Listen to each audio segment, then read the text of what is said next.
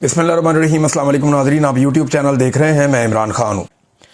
گویا معافی مانگنے والے فرشتے رہے اور معافی نہ مانگنے والا شیطان بن گیا۔ اب یہ پاکستان تحریک انصاف کے بارے میں آرمی چیف فیلڈ مارشل کا مائنڈ ڈسکلوز کر رہے ہیں سہیل وڑائچ صاحب، کہ وہ یہ سمجھتے ہیں کہ جیسے اللہ تعالیٰ نے کہا کہ معافی مانگو اور ابلیس نے، شیطان نے معافی نہیں مانگی، اور باقی سب جنہوں نے معافی مانگ لی وہ فرشتے ہو گئے، اور جس نے معافی نہیں مانگی وہ شیطان ہو گیا۔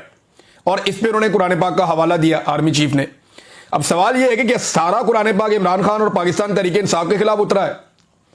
کیا قرآن پاک کی کوئی آیت آپ کو یہ نہیں بتاتی کہ ظلم نہیں کرنا، چادر اور چار دیواری کا تقدس پامال نہیں کرنا، جبری طور پہ انسانوں کو لاپتہ نہیں کرنا، بے گناہوں کا خون نہیں بہانا، ظلم جبر اور فستائیت نہیں کرنی، ایماندار رہنا ہے، بے ایمانی نہیں کرنی، لوگوں کا مینڈیٹ چوری نہیں کرنا، امانت میں خیانت نہیں کرنی، رشوت، سفارش اور چوروں ڈاکوؤں کا ساتھ نہیں دینا، گواہی ہمیشہ سچی دینی ہے، جھوٹ نہیں بولنا۔ کیا یہ ساری چیزیں، حق کے ساتھ کھڑے ہونا، یہ سارا کچھ قرآن پاک میں نہیں لکھا ہوا؟ یا پورا قرآن پاک جو ہے وہ پاکستان تحریک انصاف اور عمران خان کے بارے میں ہی آپ نے آرمی چیف نے سنانا ہے لوگوں کو؟ اب جب بھی کبھی وہ قرآن پاک کا حوالہ دیتے ہیں پاکستان تحریک انصاف پہ اٹیک ہوتا ہے۔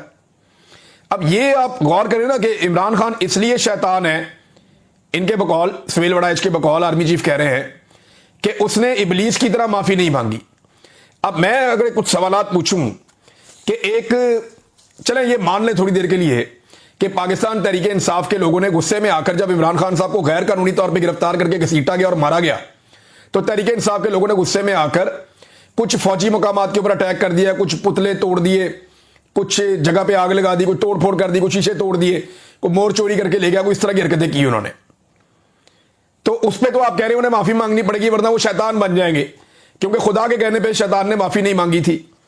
لیکن کیا کسی ڈکٹیٹر نے آج تک معافی مانگی ہے اس ملک میں مارشل لا لگانے پر؟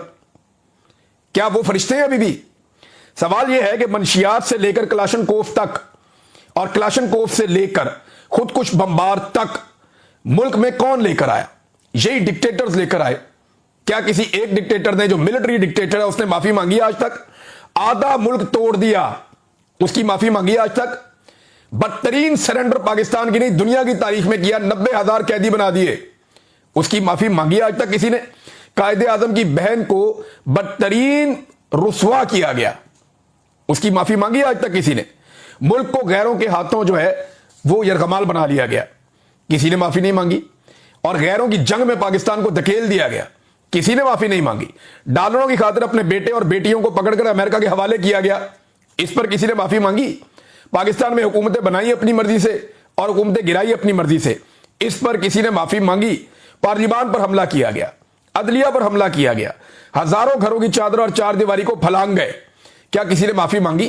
خواتین کو سڑکوں پر گھسیٹا گیا، عام شہریوں کو اپنے سیاسی فائدوں کے لیے جبری طور پہ لاپتہ کیا گیا، پرامن انسانوں کے اوپر صرف احتجاج کرنے پر براہ راست گولیاں ماری گئیں، ایک سابق وزیر اعظم پہ لگ بھگ 200 کے قریب مقدمے کر دیے گئے، کیا کسی نے آج تک معافی مانگی؟